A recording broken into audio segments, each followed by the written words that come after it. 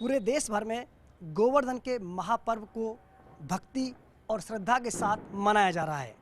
घर घर में ये त्यौहार मनाया जा रहा है और विशेषकर पूरे परिवार के लोग इसको एक साथ गोवर्धन पर्वत की पूजा करते हैं, गोवर्धन की पूजा करते हैं।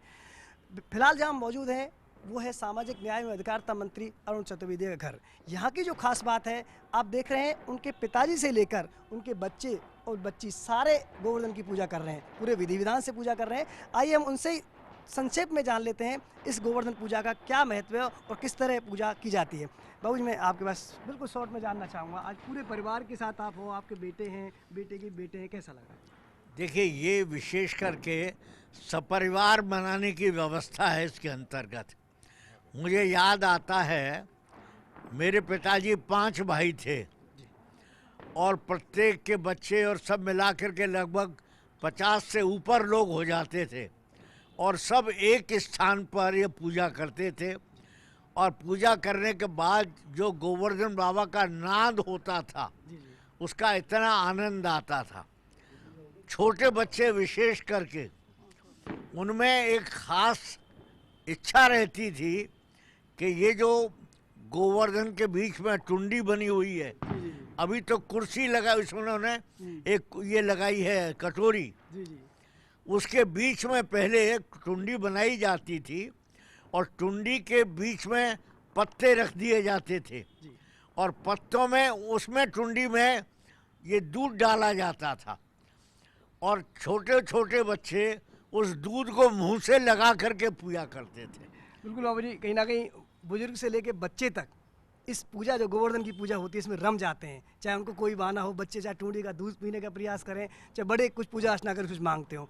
बताइए, आपको भी आज क्योंकि बड़ा सौभाग्य का दिन है और विशेषकर गोवर्धन पूजा हमारे लिए तो, ब्रजवासियों के लिए तो बहुत ही अहम रखती है, और आप जो नज़ारा घर पे देख रहे हैं, बहुत अच्छा लग रहा है। सब परिवार मिलकर पूजा कर रहे हैं तो बहुत अच्छा लग रहा है। छोटे भाई भी यहाँ विराजे हुए हैं। आप ये तो बड़ा, ये तो हम, इस तरह की, हाँ, ये तो हम बचपन से ही करते आ रहे हैं। गोवर्धन की पूजा परिवार में शुरू से हम लोग देखते आ रहे हैं। पहले संख्या बहुत अधिक हुआ करती थी, क्योंकि परिवार में 50 से ऊपर सदस्य थे, तो सभी सदस्य एक साथ इकट्ठा होकर गोवर्धन की परिक्रमा लगाते थे और एक शंखनाद की तरह से परिक्रमा के साथ में गोवर्धन महाराज की जय बोलते हुए चलते थे।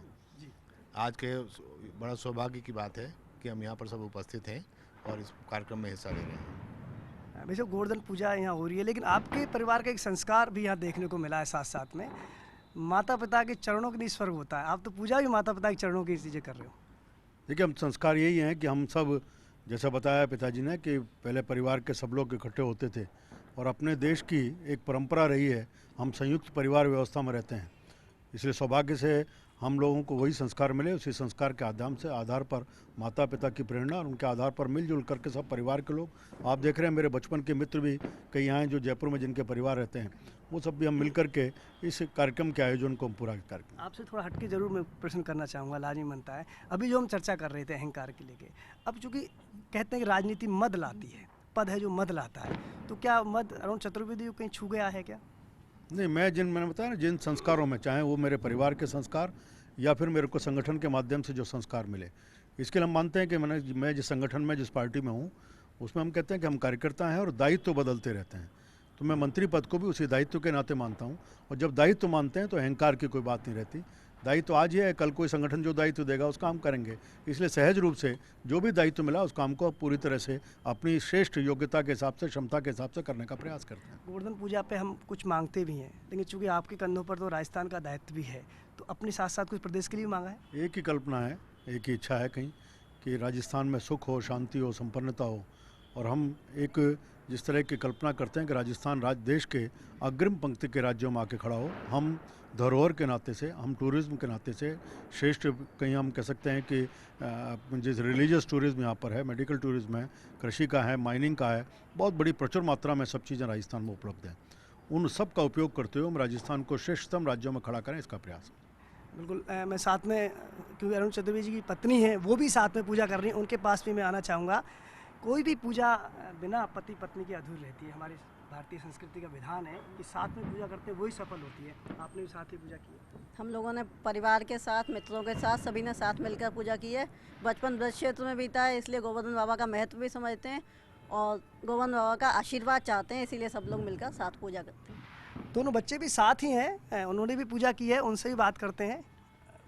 अच्छा लगता है कि हम उस जने की पूजा कर रहे हैं।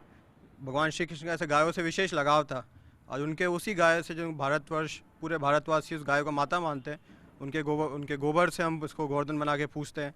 तो ये सब पुरानी संस्कार हैं, चलते आ रहे हैं, उसको आगे भी बढ़ाएंगे हम। जैसे कि हम लोगों ने बचपन से किया ही है सबके साथ, और जब हम अपने बड़ों से सारी बातें सुनते हैं और सोचते हैं कि जिस तरीके से भैया ने ही बोला कि जिस तरीके से गाय के दूध से पूरा देश चल रहा है और हम गाय माता की सबसे पहले पूजा करते हैं, तो उसी तरीके से और अब जैसे सारे घर के लोग मिलके दूध भी पियेंगे जो यहाँ रखा गया है, और सारी चीज़ें साथ में करते हैं शुरू से, तो बहुत ही अच्छा लगता है। जैसे कि हम पुरानी चीज़ें हमें सीखने को मिलती हैं सारी और सब।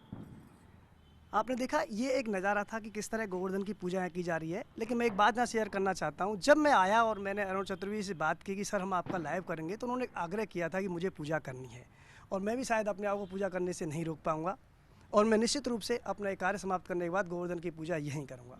कैमरामैन अभिषेक के साथ लाल सिंह फौजदार, फर्स्ट इंडिया, जयपुर।